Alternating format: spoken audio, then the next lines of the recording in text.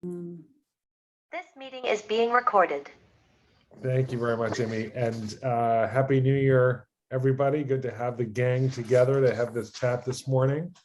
Matt, we saw you and then you disappeared, but it looks like you're repopulating. I'm going to take a moment to go over, it's been a while, to go over some notes about our open meetings. Good morning and Happy New Year. I'm Adam Block, chair of the... You're freezing, Adam. I'm freezing. I am. Should I get a sweater? No, you're at least on my computer, you're stopping. Not on mine. It's okay for me. All right, so I'll continue. I should get a sweater because I am cold. Let me kick my computer so make it work exactly.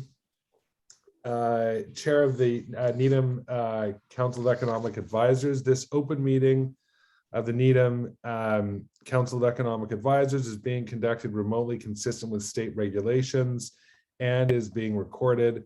Public access to the meeting does not ensure that there will be public participation unless required by law. This particular meeting will not have public comment, except perhaps from Dylan, if Dylan is going to join us, which I'll come to in a minute, Amy.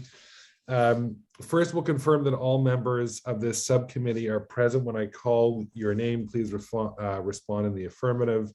For those participating in the meeting, please also be aware that others may be able to see you. Anything you state or share will be a matter of public record. All supporting materials for this meeting, including the agenda, are available on the town's website at needhamma.gov. That's needhamma.gov, unless otherwise noted. The ground rules for this meeting are designed to allow for an accurate public record. I'll introduce each of the speakers on our agenda, and after they have any remarks, we'll have an opportunity to speak.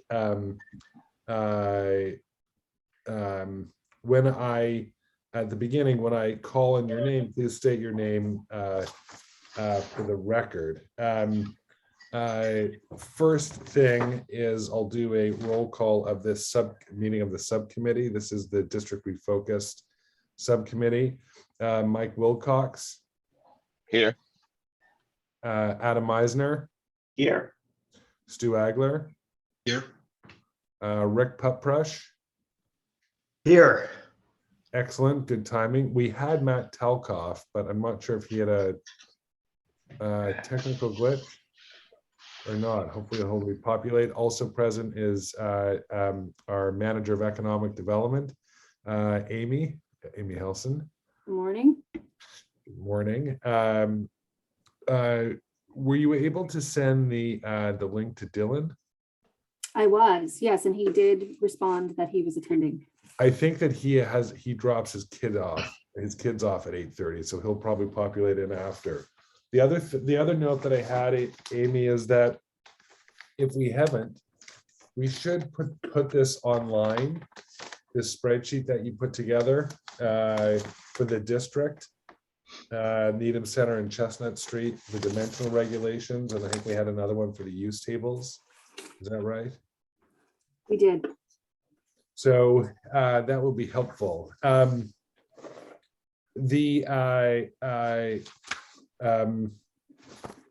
The purpose of getting together this morning is to kind of go over the notes. I hope that you've all had a chance to look at them, the minutes that Amy prepared from our first meeting in September, and then our subsequent meeting. The first meeting was going down the downtown of Needham, and then the second meeting in the beginning of November was walking through the Chestnut Street Business District. So during the course of that walk, we made a number of observations, and the question really is, are there action items for us as a subcommittee to consider, review, discuss, debate, and any recommendations to bring forward? I will say that in the event we would want to see any zoning changes for the May town meeting, we'd have to really be on track with the planning board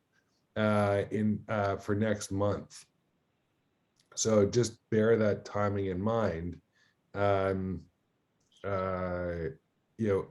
it could be, if more thought is needed and more debate, then it could be something that could be pushed down through perhaps for October. So, Amy, do you want to walk us through some of the observations from the September meeting of the downtown? Sure. And Stu, I'm glad you were able to join us. I just forwarded to you the minutes a short while ago, so apologies that you didn't receive those, but I wasn't aware that you weren't able to join us this morning, but glad to have you here and part of this discussion. Okay. So just to recap without, you can all read these on your own, but just to sort of recap the highlights of what we observed as we were traversing Needham Center. We started out and went down Highland Avenue for a bit and then turned back down Chapel Street and up and down Great Plain Avenue. And so we met for about an hour and a half and observed a lot of the following, that the overlay districts, basically that were intended to encourage more mixed use development, haven't necessarily done so. There's only one of these types of developments that has actually come to fruition, which is at 50 Dedham Avenue, the mixed use building that is next to Latina that we're all aware of. That was completed several years ago. And since that time, there has not been much in the way of activity. There's been some interest and some conversations that have taken place with developers, but nothing has come before the planning board as far as actual plans. So the thought was of reaching out to the owner of 50 Dedham Avenue and to talk to him and get a better understanding of the process that he went through. I understand that he was, I hate to use this term, but a little bit of a guinea pig because, again, it was the first project that took place after the zoning was adopted. And there were some hoops that he had to jump through. And I think there was a learning process for everyone. So I think there would be value in having a conversation with him and understanding what were the challenges and what can we do as a town to make the process easier and welcome additional types of projects like that. Yes. That kind of conversation may, it's one thing to have it in a public forum, and another thing is a private conversation. So I wouldn't be surprised if it may be something that might be held in a different forum. Rick, were you going to say something? Yes, one important point about that project is that it's 4 stories, which seems to go against everything I've heard about what is allowed by zoning. And so it'd be interesting to find out how they were able to get 4 full stories in that building. Well, I think there was an overlay district that was adopted that enabled it. And that was the driving force. So this overlay changed. The overlay district changed and allowed for additional height, and that's how they were able to to gain additional height. And with the hope, I think, was, and the intention was to drive more mixed use development and create greater density. As a result of that development, as a result of the change in the overlay district. Although there are 2 overlay districts, and I think one of the questions you had, Amy, is why do we have 2 different overlay districts? What is the intent behind each of the 2? That's correct. So the project at 50 Dedham Avenue actually falls within Needham Center Overlay District A, which allows for 3+1 stories for a total of 48 feet. So it was allowed by special permit. So, as opposed to the overlay district B, which only allows for 2+1 or 27 feet. Correct. So I think we need to chat with Lee and the planning department to understand the composition of these 2 overlay districts and how they resolve and what they were originally set up for.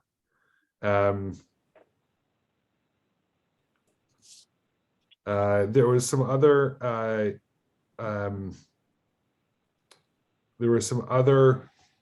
observations that were made. Someone had talked about challenges through the just existing market conditions, where um, uh, existing property owners were a bit reluctant in the area to sell the property or to redevelop it on their own, because then they'd be dealing with 18 months or more of no tenant revenue, which was a challenge, and there hasn't been enough of really bulk to be able to assemble enough to produce a greater development, I think. Is that right, Amy? That's correct. I mean, we don't have any properties, thankfully, in Needham Center that are in ruin or are causing serious blight, in that somebody would come in and buy them and tear it down and start from scratch. I mean, certainly there are some buildings that have the opportunity to have more capacity, second, third floors on them. But again, for the current property owner to take that financial risk to displace their tenants for a certain period of time, it is not something that I think many would volunteer for, especially during these challenging times. The ownership of those buildings is fairly old. I doubt there's even any debt on these buildings. There is absolutely no economic incentive for them to do other than what they're doing. There would have to be in my opinion anyway, there would have to be a change in ownership. Someone would have to buy and have that pro forma'd as a development proposition to buy the properties, tear them down, and rebuild something. And you'd have to get the square footage for it to be economically feasible.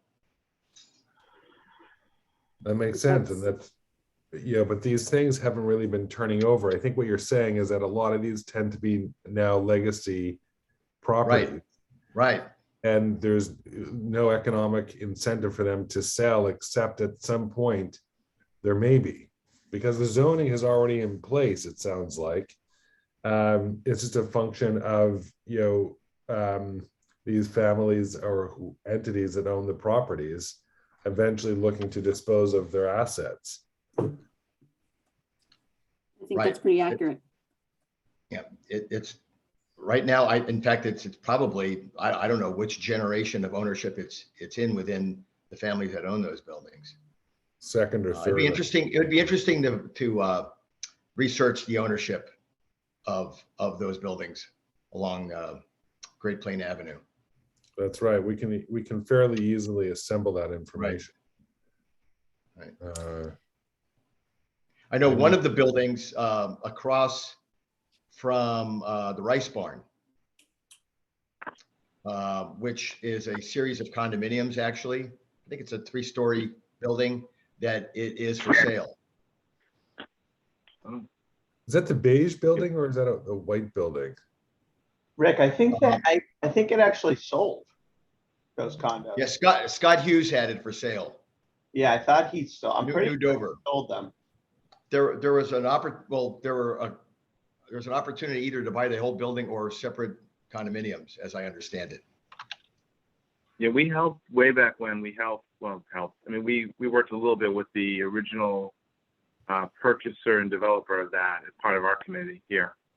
I think he was from Dover, doc here, Rinaldi. I think it was Bob Rinaldi. That sound right to anybody? Yeah. I think so. Yeah. So it was way back when though. When I first moved. The point of what I'm saying is that it in rare occasions it does happen where the properties come up for sale, and those opportunities present themselves. Yeah, I thought a lot of the stuff downtown was. I'm probably wrong now. Probably got sold, but like Heffernan family and other couple of families that owned a bunch of it. The Rinaldi one was kind of a separate. That was his only purchase, I think, in Needham. But you're right. Sometimes it comes available, and it'll be great for us to be able to, enhance what's there, I guess. I think one of the issues with those buildings is that you, from a structural standpoint, you just can't add floors to the buildings that are currently there. There would have to be a significant structural improvement to to be able to add floors. Well, that was, Rick, I think that was part of the issue with the kind of along the movie block to where you're Yeah. talking about. Because Sweet Basil had been there so long, I think if I remember right, there wasn't the ability to kind of move as much as you wanted to, just because again, Sweet Basil was right in the middle of all that development, Right. if I recall correctly. Interesting. And that's a challenge because a landlord doesn't want to forgo the tenant. The tenant's happy, it's driving business. The landlord's happy. The incentive for them would be the delta in rent that they would get and the additional rent they would get as a result of, increased FAR height and so on. But there's a huge risk, and to take that risk and have months and months of no rent. Plus, they also have to let all the leases go and expire. And some of those leases, if the tenants, extend the leases, it obviously prohibits the landlord from doing that kind of thing unless they relocate the tenant, which I don't think is a common practice among, this real estate market. Well, this is the most recent opportunity that I can remember anyway. The other side of the street has a number of vacancies Right. on the lower floor right now. So they're not getting income on those spaces. Are you So- talking about the side of where the UPS store is? Yeah, There's actually only one vacancy right now, and I think that that's about to be filled. really? Yes. Oh, well, so the empty storefronts that are still there have been leased? They have been. There's one of the empty storefronts is actually being utilized by the owner of the building who has a business on the second floor. And there was actually one space that has not been leased. And I believe that there is a new tenant moving in there shortly. The Thai restaurant seems to be doing really well, from what we can tell. That's great. Yes. So one of the questions that we had was, are there any improvements to the downtown district, the center business district, the overlay A and overlay B districts that could help achieve more of the goals that have been set out with the purpose of changing the zoning? But it may not necessarily be a function of the zoning. If the zoning is there, it's more of a function of the market taking time to turn over. It sounds like that's more of the case than the zoning itself. Does that sound about right? Certainly sounds that way from the description you guys have given about who owns the property and how they're dispersely, owned and so forth. Structural issues exist.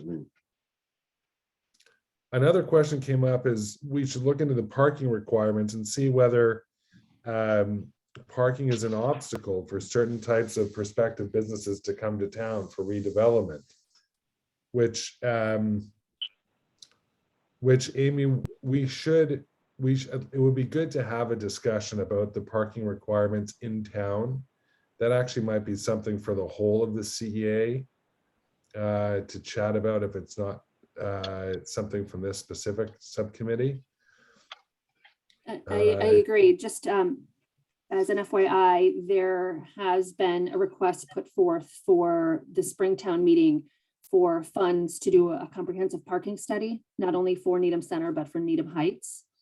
So to better understand, what the inventory is and what the use patterns are, and to take a look at sort of a broader, parking management program, but, to have a discussion about parking requirements without the data, relevant data as far as, what is our inventory, how many are permitted spaces, how many are 2-hour spaces, and have that be part of the discussion, I think would not be a good use. So that's happening through the planning department? No, actually, it would be a project that I would manage. Oh, good. So is there something that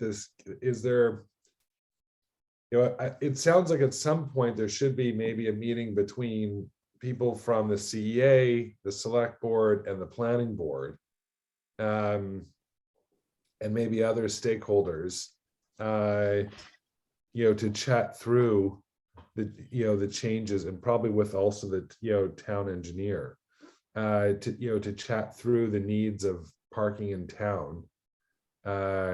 If that's something that this committee can be helpful in driving and making some specific recommendations, might be a good use of our time.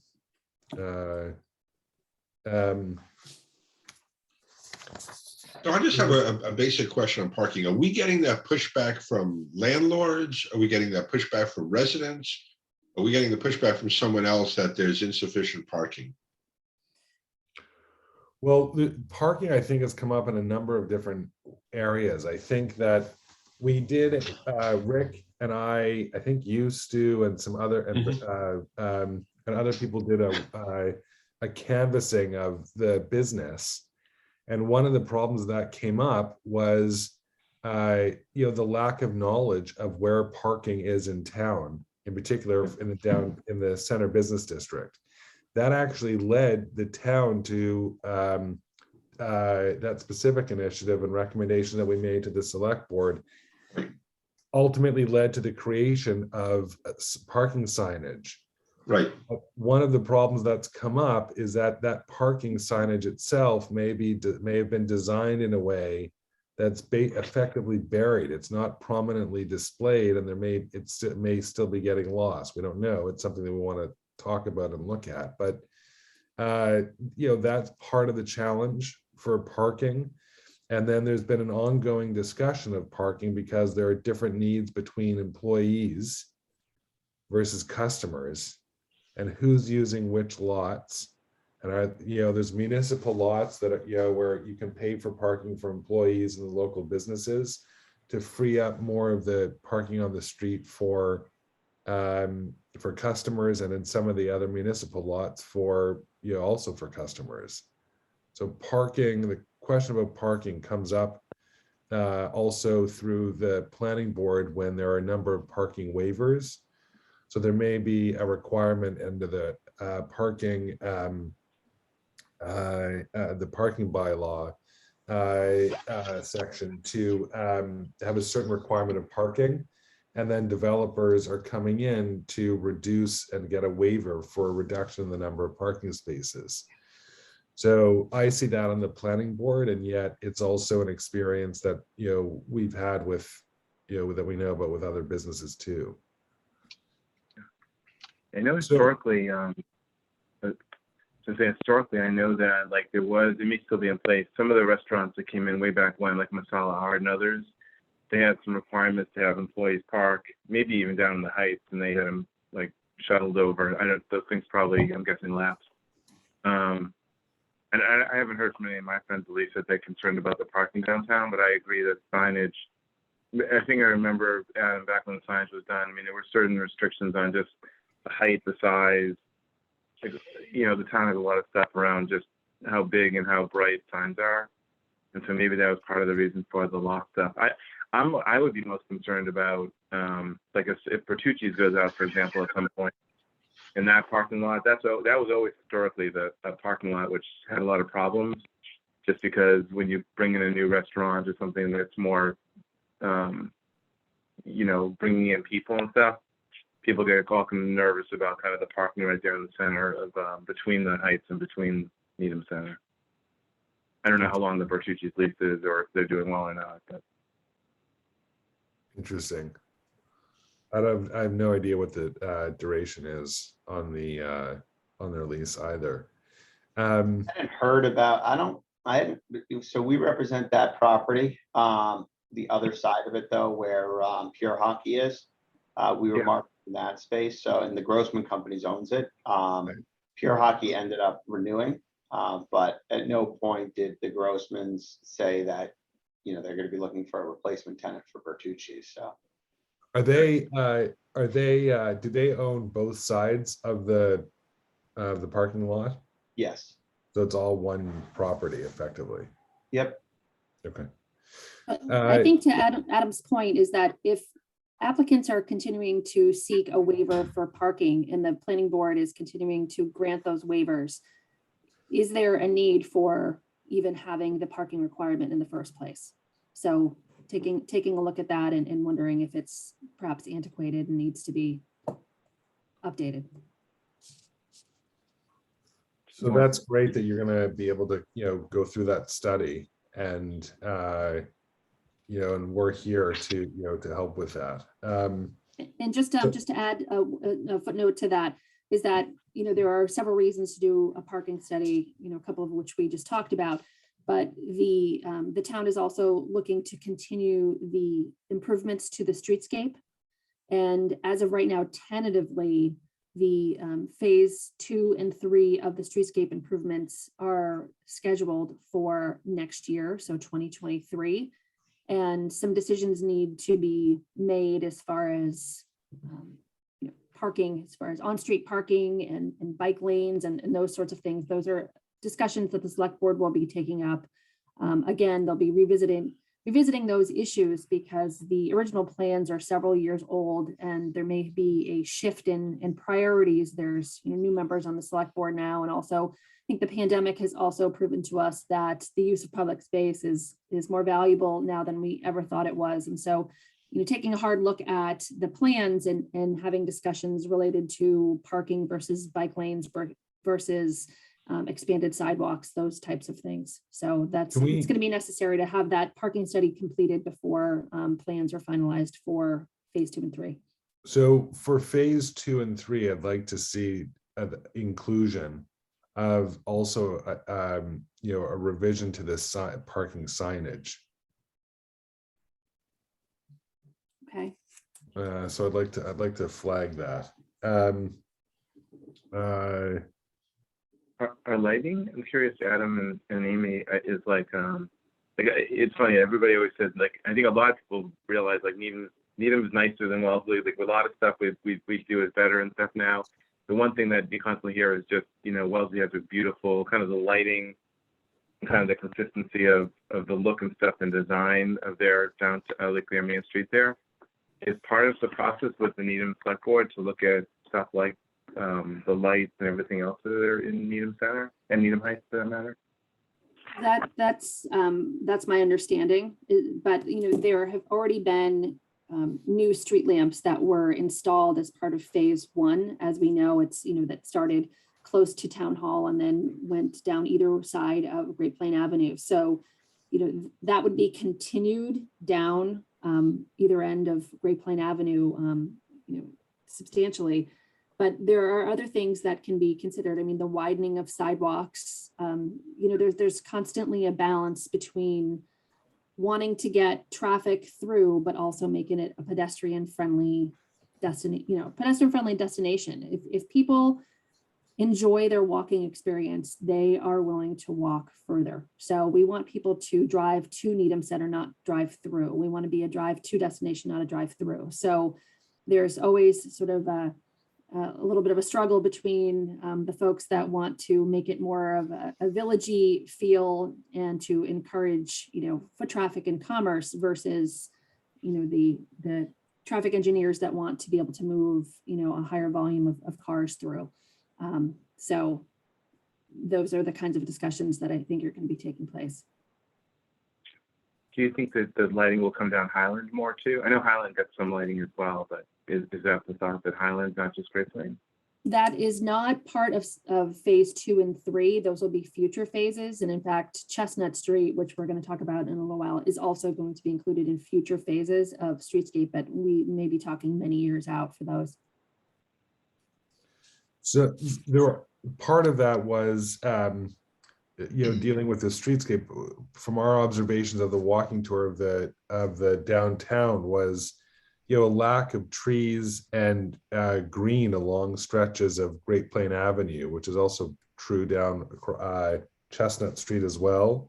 And what can be done by the town or some kind of a civic organization to increase the beautification efforts that may lead to, Amy, like what you're talking about, a more desirable hangout destination for the town. I think that we've seen through the pandemic that the town center has become more of a destination area for people than I think it ever had.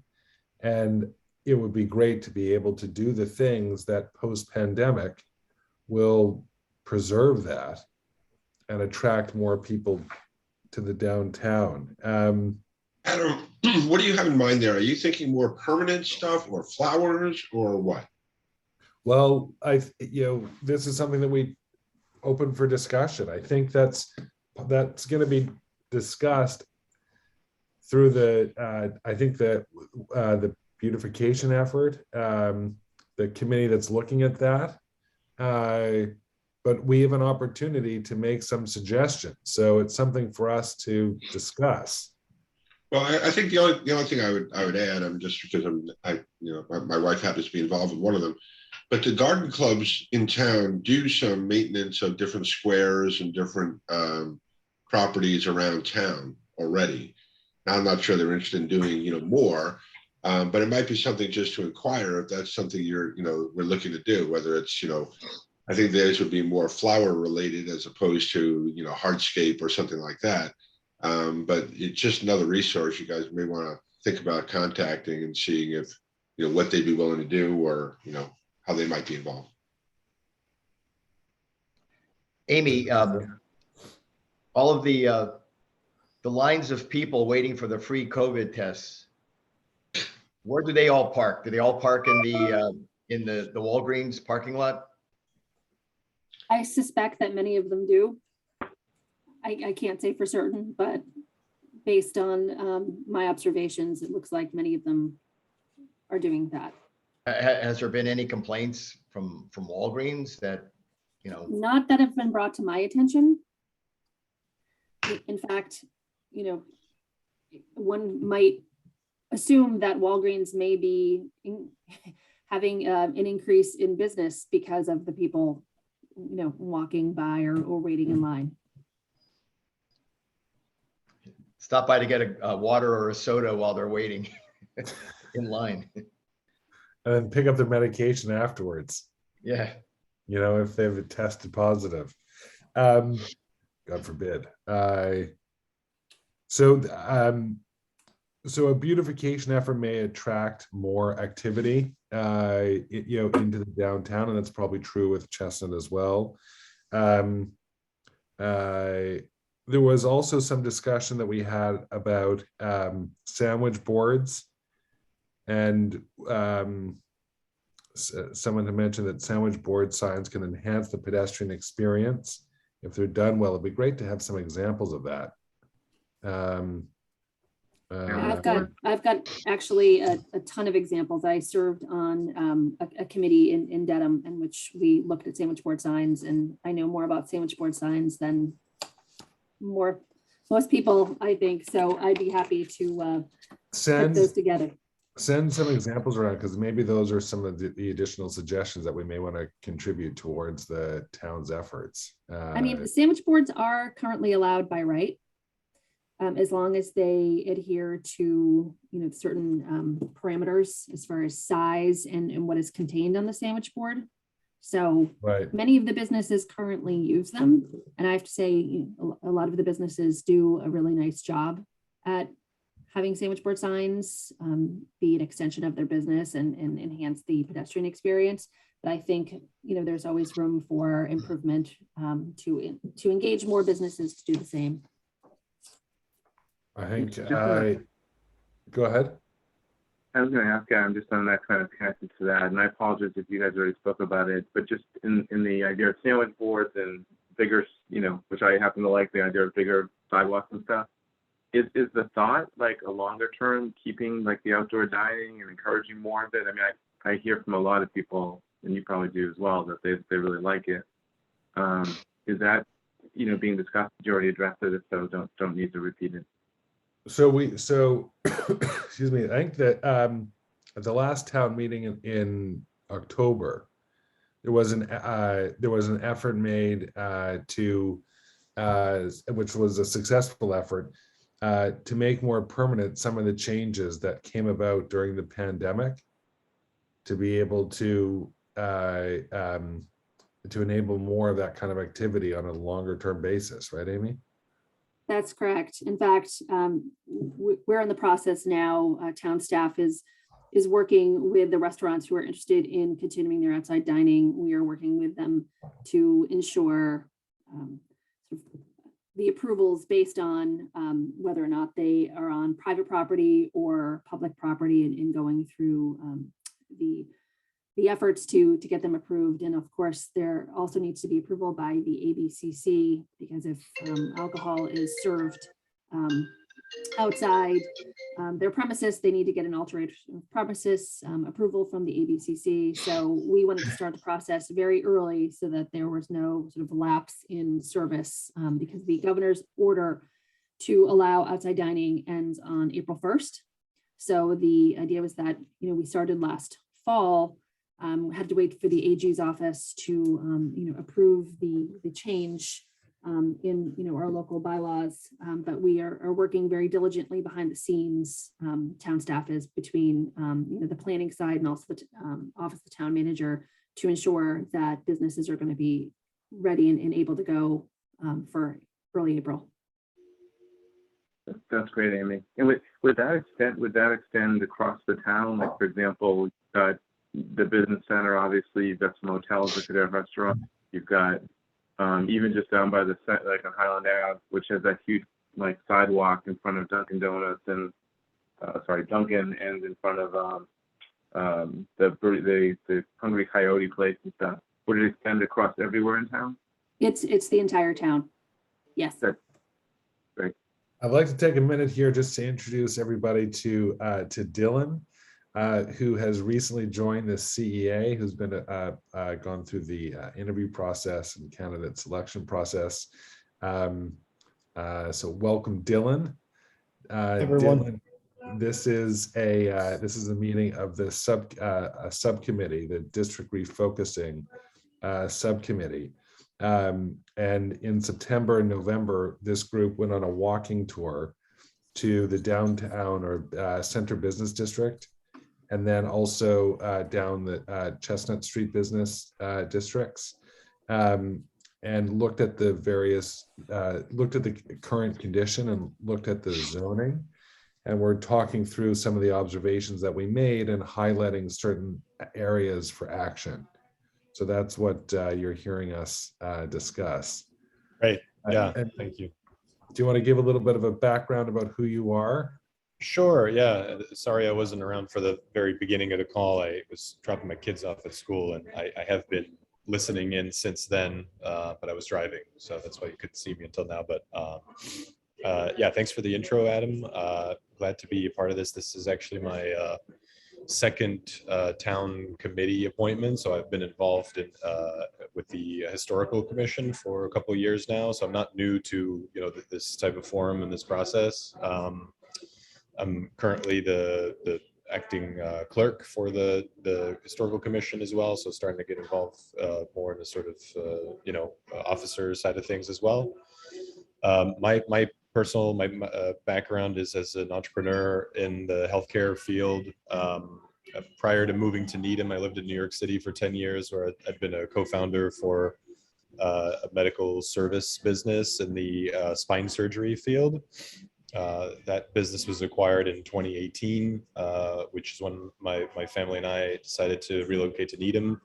I've been mainly doing startup advisory and consulting since then, mainly in the digital health field. And as of last month, started a new business with some former partners of mine in the same field as I was in prior in spine surgery. So looking forward to contributing here however I can. It sounds like from my conversations with Adam that it's not yet certain exactly which subcommittee I'm going to fall into. I think right now I'm sort of listening in to the various meetings and figuring out with Adam where I can be most helpful. So. Welcome, Dylan. Thank you. Excited to have you on board. Yeah, same here. So we so that has been our observations from the center business district. It seems like Amy, there are some action items. One, we want to follow up on parking. one of the things that we talked of that this group talked about parking was potentially adding a second level of parking in the Chapel Street lot. Is that something that may be considered in the study, or is that something that would come as a result of the study? I suspect it would be something that may come as a result of the study to take a look at the existing inventory. Oftentimes what downtowns discover when they do a parking study is that they have enough inventory, it's just not being managed well. So we need to take a look at that. I'm not suggesting that it's not currently being managed well. I'm saying that there may be some tweaks to the existing parking management program that may allow for additional use or shared use. Oftentimes towns will partner with those that own private parking to enter in some kind of use for after hours. Banks have large parking lots generally that could be used for public parking after hours. So I think we need to take a comprehensive look at the entire situation and see what we have and what we need before I think we go down that path as far as a parking deck. So to review here, some of the action items,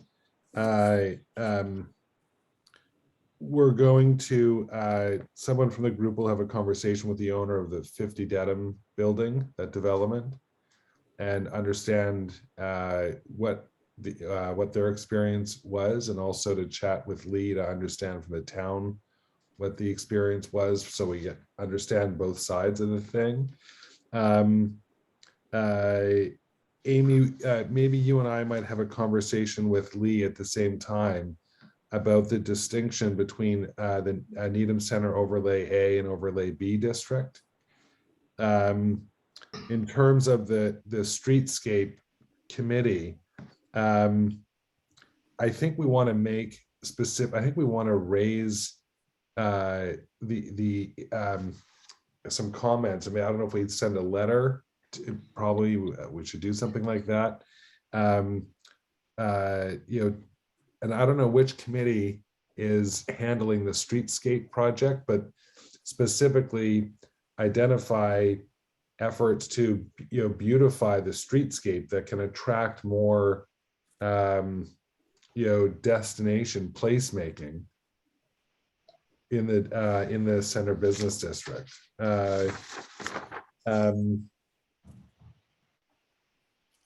Amy, I would love to volunteer with you to meet with the developer at 50 Dedham. Right. Great. Thank Perfect. you. That'll be helpful, Reg. I'll get a better sense of timing as far as when the select board is going to be taking up discussion on phase 2 and 3 of the streetscape project, and circle back and report on that. And then we can decide what the best course of action is as far as providing feedback. I would think that, is that something that should come from just this subcommittee or the entire CEA? For this subcommittee may be fine for now. We can chat that through. Does anyone have a strong opinion one way or the other? A lot of the other notes that we have were really about parking, which sounds like that's going to come about as a result of the study, the parking study. When is the parking study going to be conducted? It would likely take place late summer, maybe early fall of 2022, because these are funds that would be part of the next fiscal budget, which starts on July 1st. Okay. Assuming it passes through town meeting. Maybe does that take into account like the proposed changes, like you mentioned, as far as like widening? If we widened the sidewalks and took out cars and stuff from the sidewalks, is that all contemplated as part of that, or is it based on just current conditions? That I think is to be determined, but I think the results of the parking study will help shape what the plans are for the streetscape improvements, phases 2 and 3. Because again, there are some folks that are advocating for reduced on-street parking to allow for bike lanes. And again, to make those decisions without the data, understanding what our current inventory is, I think would be, a disservice to everyone to sort of make them anecdotally. Yeah. But Adam, do we have, we do have some time to talk about Chestnut Street? Yes, exactly. Just the last thing about Yeah. the center business district is that with this parking that we, also consider, like a marketing effort of the parking. It's one thing to talk about, is there sufficient parking, what the inventory is, the management of it as a secondary issue, and a third issue is the promotion of the parking that is available. So I just wanted to flag that. Yes, let's go through the center business district. There too, there is, sorry, the Lower Chestnut Street. So there is a Chestnut Street district, and then there's some overlay. There's a medical overlay district. There's the Chestnut Street Business District and the Lower Chestnut Street District. So again, it's one of these things that has multiple districts within, and I had some questions about some of the variances where we talk in the note about the front setback requirement for the district is less than 5 feet, and yet other properties have very large setbacks. So I think the comment, Amy, if I remember correctly, was that there are these, different standards along the strip. Is that right? Correct. Rick, did you have any other comments or observations about the setbacks and which standard might be a better standard and more attractive? My preference would always be to have parking behind the building rather than, in front of the building for residential. If you're building residential, it makes it difficult for the things that we've talked about with the brew company or Domino's. That parking is horrendous. Hard to get in and out without going over the curb and things like that. But for any residential development, my preference would be to have the parking behind the building. Makes sense. Because we want to try and promote an to activate the streetscape. Right. That's right.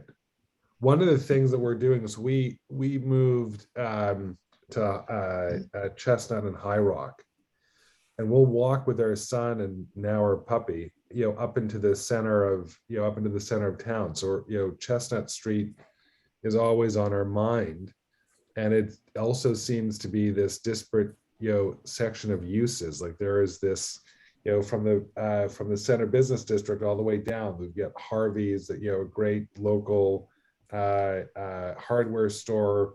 We have that,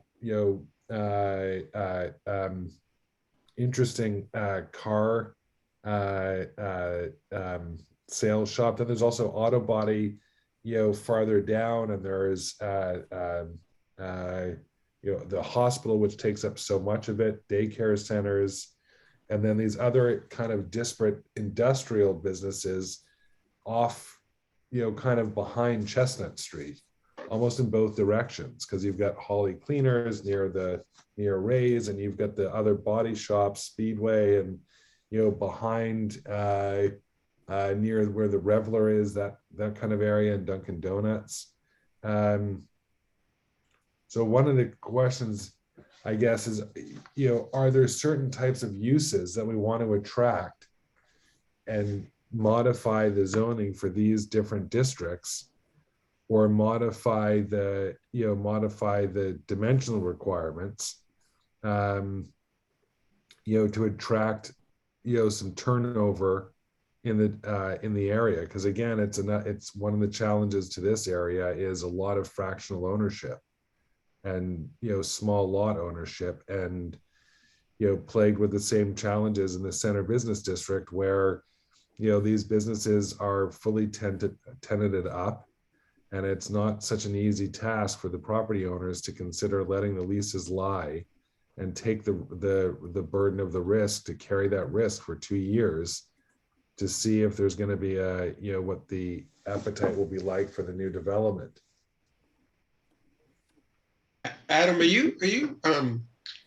one of the discussions that came out about Muzzy Ford, right, throughout the discussion was that there's a split in the town, probably is the best way to put it, about whether we want bigger or we want to maintain, really small hometown, stuff.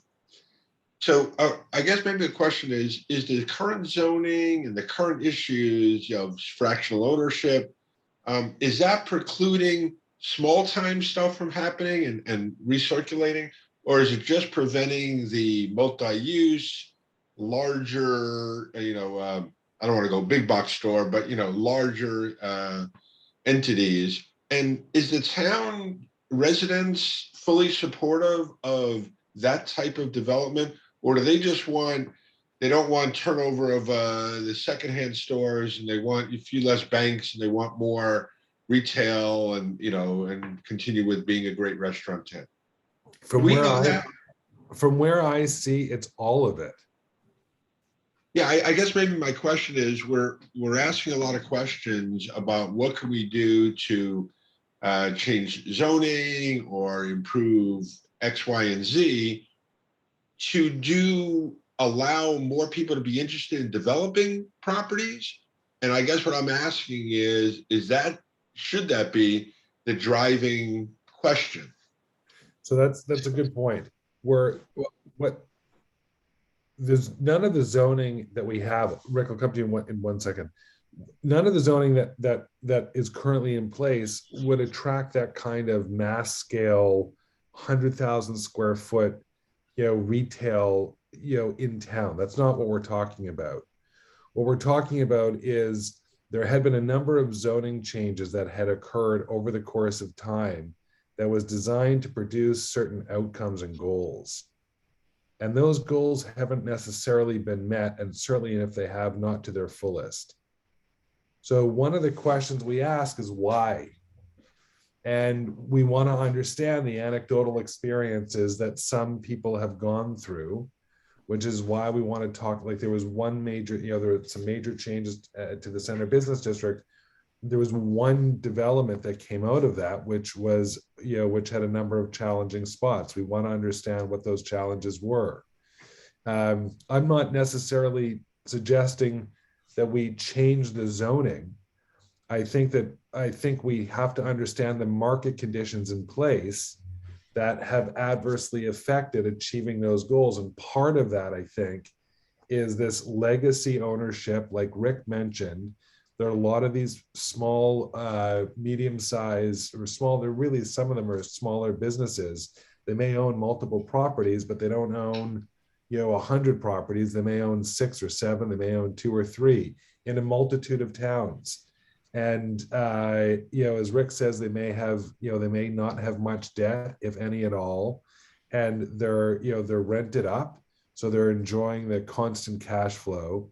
And the risk that they have is that they, at the end of a lease, they have to wait until the end of a lease. That lease expires, and then they have to go through a planning process to redevelop. And that may take 2 years before there's, any new income. And for some of these family businesses, that's, that prospect of 2 years of no income may in and of itself be a prohibiting factor for development. And it takes time.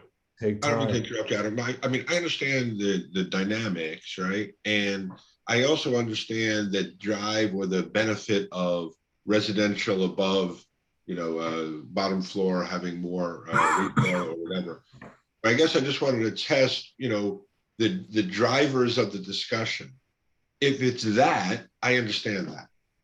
If it's, making the properties more, accessible to a restaurant or to a different type of business, I just want to make sure that we're consistent and we know what the town leadership but more importantly, the town itself really wants to see happen with those places. I don't know the answer to that question. I'm just saying, I think that, I don't want this to be driven, for other reasons, right? What landlords want, or, what developers are wanting, or whatever. Stu, the driver for me for development in these areas is to create a situation where elderly or empty nester or younger people, whether they're single or with small families, have an alternative, more affordable place to live in a central location where, for example, retired people who live in these areas can really, within walking distance, support a lot of the retail in the center of town. So it's sort of twofold: providing necessary housing so that people, when they sell their house, don't have to leave Needham, and also having the ability within walking distance to be able to support, the various stores and restaurants in the downtown area. So Rick, I mean, just to play devil's advocate, why are those going to be lower cost or affordable housing for seniors? I would think that if there's a cost to redevelop and, reconstitute the area, those rents are not going to be low, are they? Well, As a developer, would they be? Again, it all depends on the economics, but I would imagine that they might be lower than the current cost that they might have if they have a mortgage in town. Maybe. I mean, I understand that, but and again, we're starting to get up in that area, right, where you always think about, God, I have too much space, right? What am I going to do next? But I don't know. I mean, I guess I'm just, kind of throwing out the challenge a little bit to say, what are we trying to accomplish in some of these what is the objective of the discussion? Even from a rental standpoint, again, it's smaller, more manageable living area. It's an area, it's an alternative to their house where they're not taking care of the house and Right. all the outdoor upkeep and all of that kind of stuff. It's a simpler life. There is. That part I understand, but I guess I haven't heard from the discussion today, and again, my first time listening in on some of these discussions, that what we're trying to do is increase housing for that population. Now, is that the driver? To me, That's always been the driver. I understand, Rick. I mean, I don't have a problem with that. I guess what I'm saying is I haven't heard that that's our overall objective. And So, how do we accomplish that? Yeah. So that's kind of what we're jumping into. A lot of that is already expressed in the zoning that has already been changed. Okay. So increased density, increased kinds of uses, mixed use development are already stated goals. That's what came about with, for instance, 50 Dedham Ave.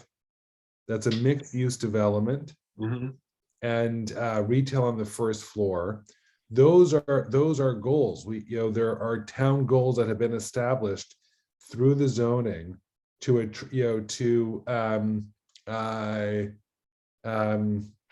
create. We're not talking about density where we're going to suddenly go from the town that would have a population of 33 or 34,000 to 70,000, right, and become a city like Framingham. That's not what we're talking about. We're talking about finding, understanding what else, if anything, can be done to achieve the goals that have already been expressed by the town. Some of those goals have not been met yet, and some of that we're trying to understand why.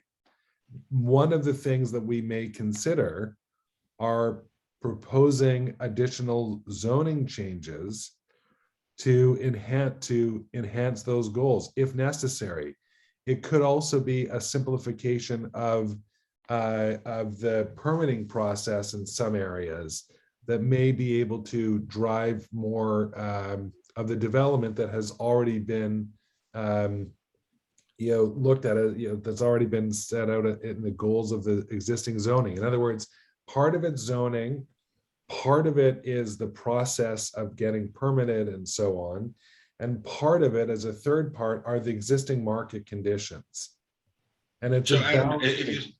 yeah, and that makes a lot of sense. I guess what I'm asking, again, I apologize because I wasn't part of the prior conversation. Is the underlying objective to provide multi-use, including residential, in the downtown and Heights area? Is that the stated objective?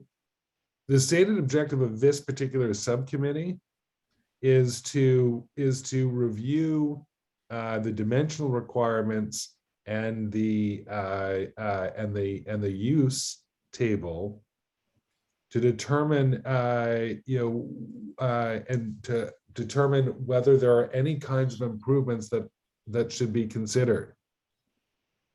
That's what this subcommittee is looking at. Are there goals? Are there different goals that we want to? What are the goals that were set out? Are we achieving those goals? What can be done, if anything, to achieve those goals that have not already been done? And additionally, should we change some of the goals?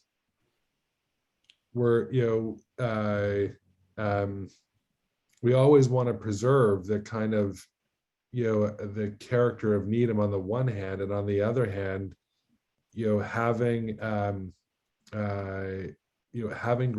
some greater density, not a ton of,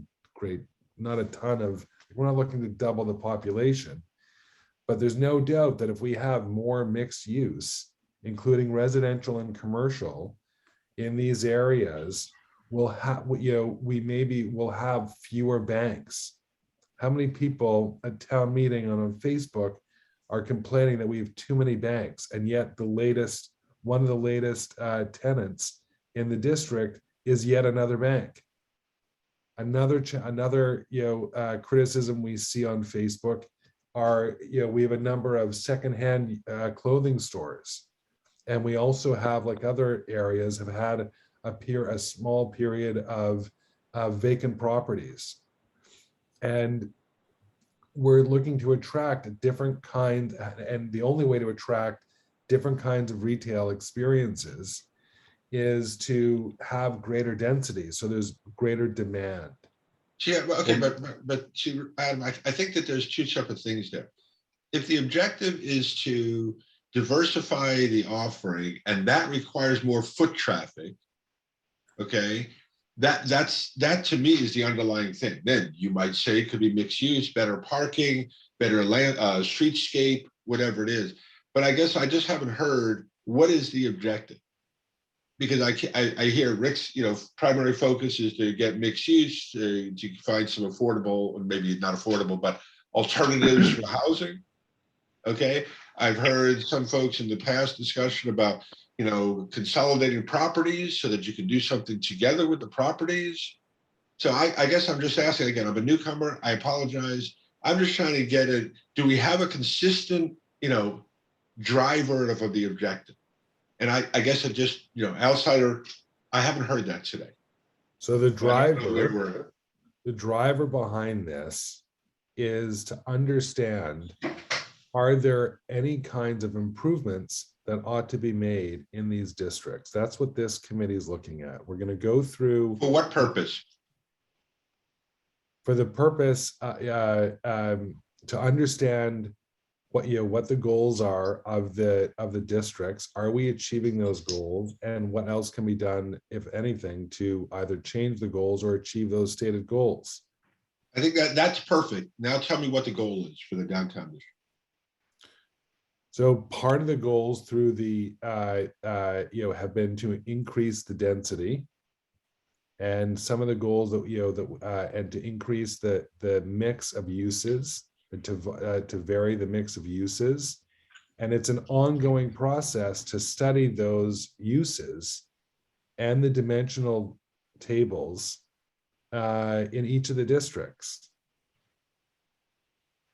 Can I take a shot at that would this? be helpful to me, I guess. It's Stu. Sure. Yeah, the way I understand it is, like, let's start. The end goal is to create a downtown area that is diversified in business, and that is attractive to the populace of Needham and other towns, attractive to other towns to come and visit and go to those various diversified businesses. One of the ways that you can almost ensure that is to create a density of populace, of residential, that would have the ability to create the foot traffic necessary to support the current businesses and to attract other businesses to come here, thereby diversifying out of the banks and other things. You'd have, more, let's say, clothing or restaurants or other more diversified retail in an area that is encouraging walking traffic throughout the downtown. So it's sort of like a twofold thing. How do we encourage that? Well, we need more density of residential that's within walking distance of the downtown, occupied by people who have the time and wherewithal to be able to support those businesses. The town's going through a significant change, right? So there are a number of people that have lived here for many years. Their kids have, empty nesters. It's happening all across the country. They're typically moving out of the town. In comes, a younger generation, and the town is evolving. What is there to do? Like, we have a 9-year-old. If you're not playing sports, what's there to do? What's of interest other than Learning Express and maybe Architrave for a young kid? There's, the demand for the different types of businesses, would be consistent with, you'd think, with the changing of the population. And how, and those are some of the questions that we look at. What is our charge as the CEA when you joined was to ask the question, what is the right mix of uses? So we are asking that question in these districts. So Adam, I think, what you said is spot on, what Rick has said is spot on, but they're different. Right? You're saying, how do I get a diversification of retail outlets? And to some extent, Rick is focused more on the mixed use and getting, people with a different place to live in the downtown. So I'm okay. I'm okay with both. I feel like I'm pushing back on what you're trying to do. They're not mutually exclusive. They're not divergent.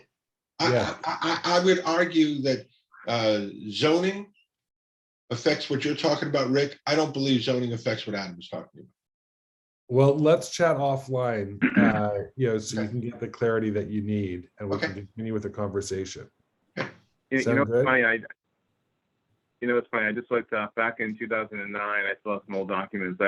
We were struggling with the question that Stu asked when we started looking at that time New England Business Center, so I developed a document with the team at that time. And so I was just looking at the goals and objectives. And as I listened to you, I was kind of reading and thinking. So just bear with me for like 1 minute. Like the goal and objectives back then, for a few of the goals and objectives of the firm of our New England Business Center strategy, establish the New England Business Center as a leading business center and maximize its benefits to the town and the community. Identify the future mix of businesses for the New England Business Center through a focused New England Business Center strategy. Increase revenue through a focused New England business strategy of attracting the right mix of tenants and landowners, and update the zoning to ensure we have the right types of businesses and amenities allowed and coming to the New England Business Center. It went on for it was 10 pages here, but it probably is a good discussion for us to have. We just went through just to make sure we're all on the same page as far as what the goals and objectives are, because we needed to do that at the time, because this same discussion that Stu started was happening then as well. So I think it's a good topic for us to maybe go through. I don't know if Adam, that's okay, but at some point it might make sense. I think that is one of our focuses. I think that the whole basis for this is understanding what the goals are in these districts. Are we achieving them? And if not, what can we do to achieve those goals? And should we change the goals in each of the districts? And maybe to add to that, Adam and Matt, who developed those goals? Was that the subcommittee? Was that the CEA? No. Was that who set those objectives? Was it the CEA? Was it the planning Planning. board? Then Yeah, in 2000, oh, in 2009, I mean, it was a different construct back then, but I mean, I think I took, at the time I was a chair, so I mean, I took the liberty of just kind of developing the first round of it, but then the whole team kind of bettered it and stuff. So I'm sure that that was the outcome of everybody's but input. I guess in the end of the day though, Matt, it was endorsed by the, no, but how about the select board? Did they say, yes, that's what we want to do with downtown? That's what we want to do with the Heights? That's what we want to do with the, Needham Crossing? Good. Or are Yeah, we good setting point. that? Yeah, I think at that time we established it. I mean, we had members of the select board or whatever it was called at the time, and Right. on the committee. So I'm sure that they weighed in, and I don't know how. I mean, we're much more formal now. I mean, Amy T. staff at the time, it was, I don't know, but yeah, it's a great question. Yeah. So what Matt's talking about, for instance, was at that time they were studying a district like we're doing, and identifying what the goals are, and then made a bunch of zoning recommendations through DEVRA that had a 2-track system. One, first of all, the goals had to get because the CEA reports in through the select board, to get buy-in from the select board. And then they would refer it by process to the planning board to study, and the planning board, would go through its process, which would include public hearings and so on.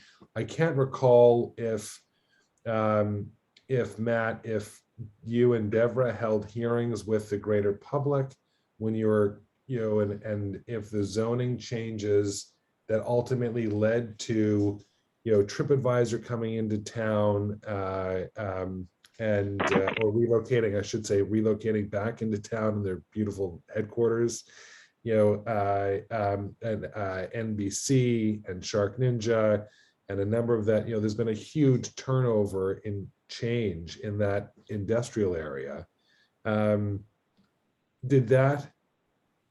Did Devra write and draft the specific zoning changes, or was that part done through the planning board? Do you remember, Matt?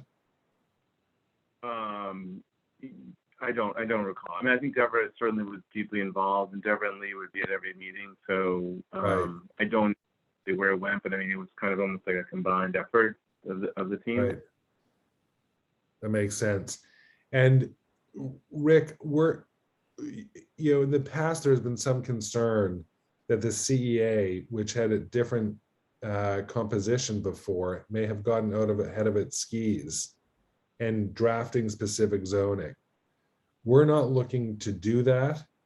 We're looking to, looking at our goals, looking at the existing zoning, and not writing new zoning, but making recommendations for improvements if there are any. And it's either going to be, and then we make those recommendations to the select board, and the select board may decide or may choose not to, but they may decide to, refer that to the planning board, and the planning board may look to draft the different zoning if necessary. So to me, Stu asked a very, very good question. To me, and tell me if I'm wrong here, the goal is sort of like a 3-headed monster almost. It's always been to support downtown businesses and to create a diversified downtown business to improve the interaction with the populace of Needham, with the downtown area, and also to be able to support all of that by additionally solving a housing problem that we definitely have in our town. They all work in concert. So how do you do that? By zoning, making zoning changes to be able to allow it to be flexible enough to encourage the development necessary to support those goals. That's how I look at it. And Right now, if there's no, gee, you can't do a mixed use, within walking distance of the stores on Great Plain Avenue, then that's defeating the purpose to me.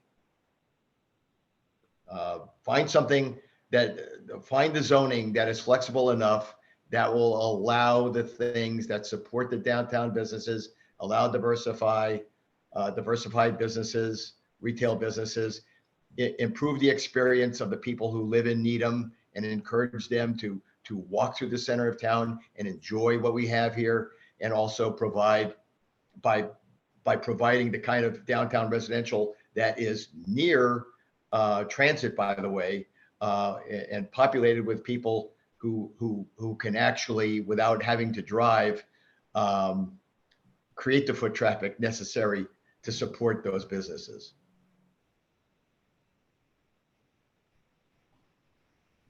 I'll get off my soapbox. So in the interest of time, as we're coming up on 10 minutes to 10 o'clock, the outcome of this meeting specifically, I mean, Matt, if you can email me that document that you just referred to, would it make sense so that everybody's on the same page to sort of go through the same exercise for Needham Center and Chestnut Street so that everybody's on the same page? And, we have that as sort of a guide as we continue these discussions. I'm not sure. I think that would be really helpful. I'm not sure that, I don't think we have a master plan for the town. We don't have a very specific master plan for the town.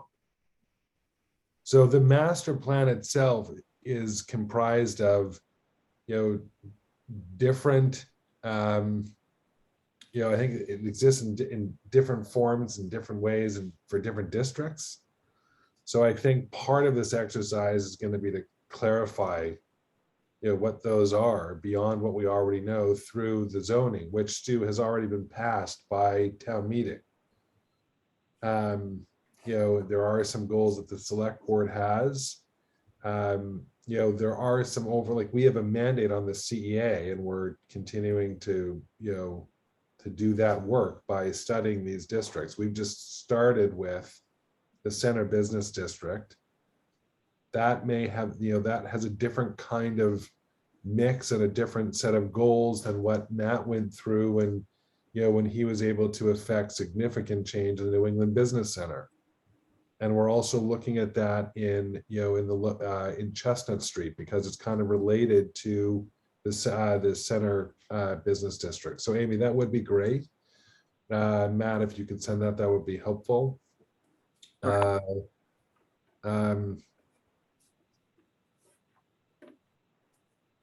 And ultimately, Stu, this subcommittee will go through this exercise with each of the for each of the business districts. That's really the plan. What are the goals of the district? Are we achieving them? If not, why not? And part of that is looking at the balance of the use table. What's the appropriate mix, and what's the dimensionals, and are they still in keeping with the goals? Should we change the goals? Is another way to look at it, which may not affect any change to the zoning. We're not looking to change zoning for the sake of changing zoning. We're looking to understand what these goals are, like you've identified, and to ask the question, are we achieving those goals? Yeah, I think that's all a great way to do it. I guess, what I wanted to test was whether the goals that were established, who established them?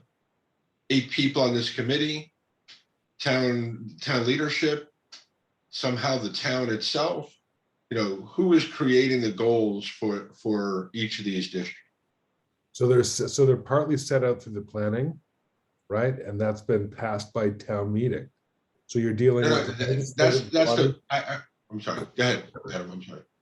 You're dealing with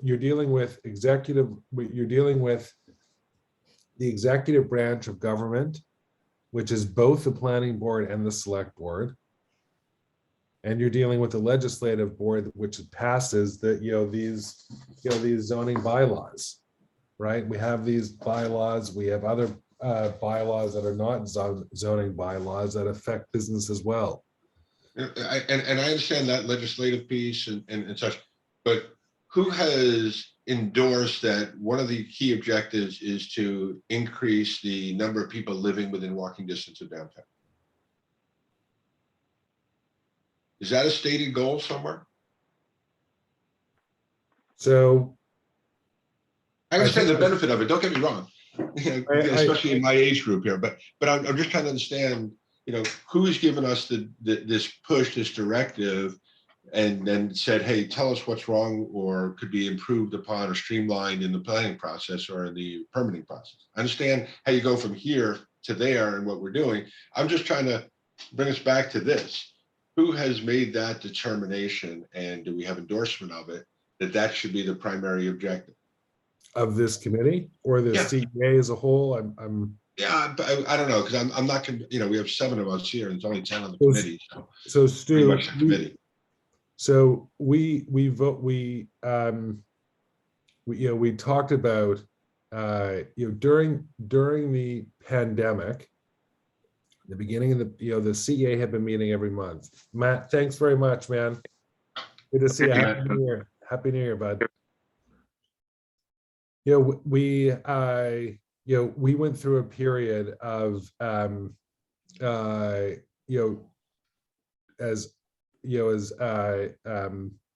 we looked at what was happening with the business community, to try and set out and establish new goals for the CEA.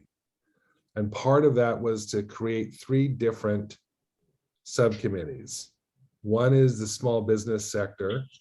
So there's a small business subcommittee which is focused on improving the condition in town, which part of that may be zoning, part of it may be regulatory process, part of it may be other actions that the town can take to foster greater activity in for small business in town. One of the subcommittees is this cluster-based economic development committee, which I think you're on, which hasn't really been activated yet, Right. but it's about to be, which is looking at economic development in town through cluster-based economic development strategies. We've got some life science businesses here that are disparate. We have some automotive businesses here that are disparate. They're not necessarily well connected. So we're going to study the inventory of the businesses we have in town. And then we're going to look at what sectors are successful, and and ask the question, are there things that we can suggest either through zoning or through other regulatory measure or other marketing measures that can attract and fill the holes to grow certain sectors within a regional economy in Needham in particular. And then the third committee is this committee that's looking at the zoning in each of the business districts and asking the question, is this stuff working? So you've walked in, that was my proposal on how to lead the next phase of the CEA. We report into the select board, and Amy and I made the presentation to the select board, and had approval to do that by them. So that's what we're looking at.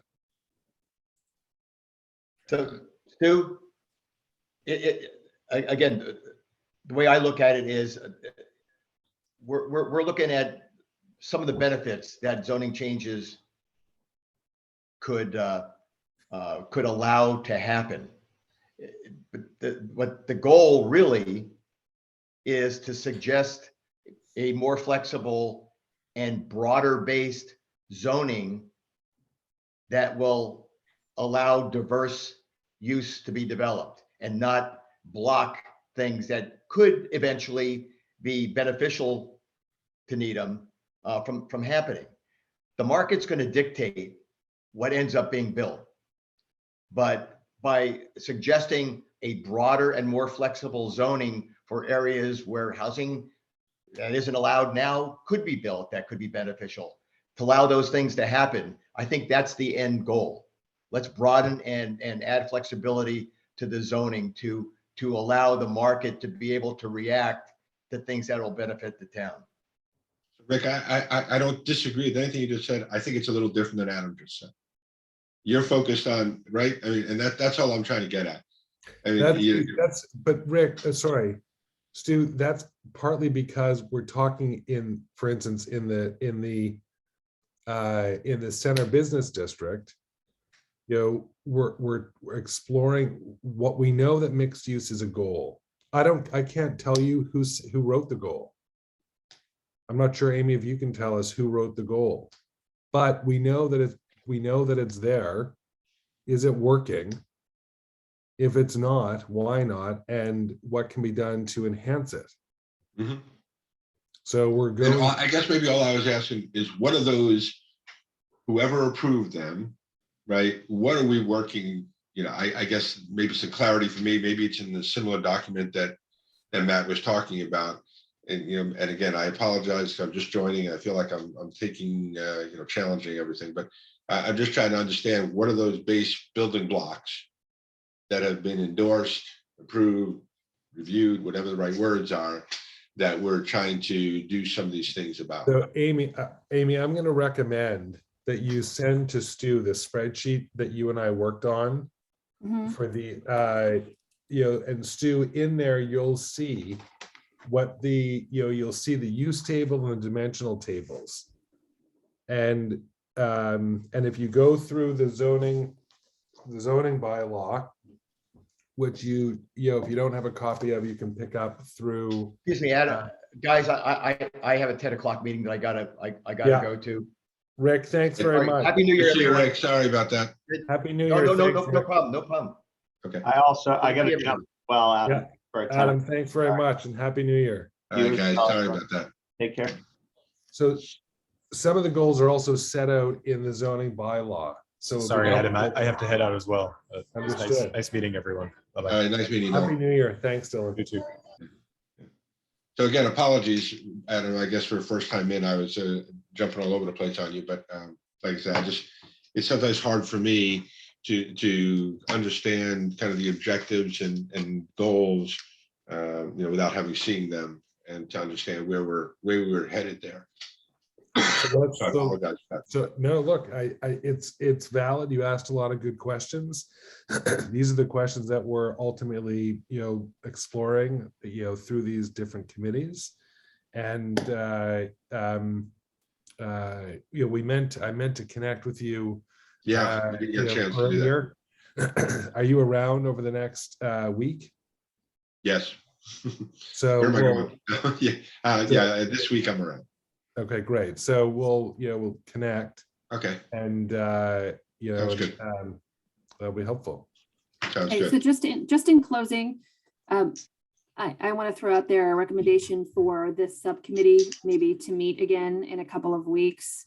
And that in advance of that, we send around just stated goals and objectives for Needham Center and Chestnut Street, many of which, as Adam references, are already sort of referenced in the current zoning, but beyond that, the select board has specific goals for the Chestnut Street area and the Needham 2025. I'm sorry, Amy, who has additional ones? So The the select board. Okay, Select good, board has good, that'd be great. identified. So if we put that together and circulate a draft of the goals and objectives, and then maybe meet again in a couple of weeks, maybe even in 2 weeks, just to get everybody on the same page, have something in writing. If we can do 2 weeks, that would be great, but we may have to do it in February. Okay. So if that's the case, I mean, it doesn't sound like necessarily we are going to be on track for any consensus as far as any changes to zoning that would be done in a timely manner to get it in front of Springtown meeting. It sounds like we have a lot to flesh out before then. Well, Amy, I guess I feel bad if I kind of Not hijack at the thing. all. Were there Not- some not at all. things that had been, proposed previously? That, maybe in that meeting, we should No, address? Stu, all that's happened is, I mentioned this to the CEA before, that we're reconstituting it. Okay. And I identified that to the select board. The select board agreed that was a good direction to move in, Okay. and talked about it to the CEA, and the CEA agreed to move forward. That was all Right. part of us, including you. And as a result of that work, we started to go through. We had one meeting in September, this subcommittee. I think you were part of a different subcommittee. Right. We asked everyone to determine which subcommittee they wanted to be part of. And so this subcommittee met, and its first meeting was in September, I think, and we walked around the center business district. And then the second meeting, we walked through the Chestnut Street Business District, because they're kind of related. And then the purpose of the next bunch of meetings is to go through the meat of what you've just been talking about, identify what these goals are, and identify, are we achieving them? Should we change those goals? It may come about that we make no recommendation to the plan, to the select board.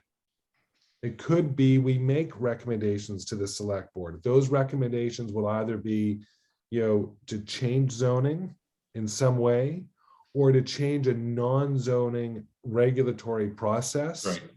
Or it could be a non-regulatory type of a suggestion. It may be a process-driven thing. We don't know. The point of this subcommittee is to ask those questions, and then we would, when we've studied it, then we would make a presentation to the whole of the CEA, where we would identify this is what we've studied. We've looked at these goals. This is where we think we need some improvement. This is where we don't, this is where we're on track. The conditions of the market, there's nothing more that can be achieved by government. They're just going to take time for the market to evolve. Right. That's part of what you heard a little bit today, where, years ago, and these, some zoning, like we did with Muzzy, you can make a change and it can happen overnight. But most often zoning takes a long time to change for exactly this reason. You might have 150, you might have 100 different owners in a very short geography. And they may be mom and pop businesses, they may be well-established businesses, and they're drawing 80 or 90% of the revenue if they're tenanted up to 80 or 90% or 100%. And there's no, even though they may not necessarily be getting market rents, and maybe they are, there's no, they don't have a need to forego, and they may not have the ability to forego that initial rent because they're obligated in a current lease, right? And then, but when that lease expires, there's an opportunity for the market to change. And, that's when some of these goals may be achieved or may not be achieved. Right. It's been a number of years. So we're asking what those goals are. And I'm with you. for I'm with you. exactly that purpose. Yeah. So we'll get back to that.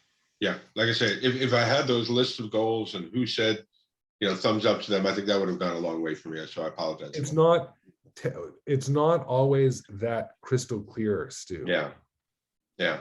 In the sense that, with government, you've got a multi-headed beast. Right. And that's understandable because there are different, they represent different parts of the whole. So some of these are determined by the planning board, some of it's determined by the select board, some of it's determined by, and ultimately it's all agreed to by town meeting. Yeah, I think that you want to make sure though, that something that the planning committee is kind of focused on isn't, in conflict with something that the planning board are trying to do. That would be something we could identify, right? If we've got conflicting objectives as an example, or conflicting goals. So I think just having those in front of me would have been helpful. So we'll get there and we'll see if that helps the discussion for me, at least personally. Good. All right, So, guys, it's okay. 10:08, so we should probably wrap things up. Move to adjourn. Yeah, Yeah. Adam, Second. I'll send out an email to see if everybody's available, maybe 2 weeks or 3 weeks from Okay. today. All right. I gotta jump on Okay. the call. Hey, Thanks so and much. Amy, great stuff with the $300,000 or whatever the number is for the loan. That's a great deal. It's a good idea. Great. I Well done. appreciate that. Thanks very Yeah. much. Good to Okay. see you. Take care. You too. Take care.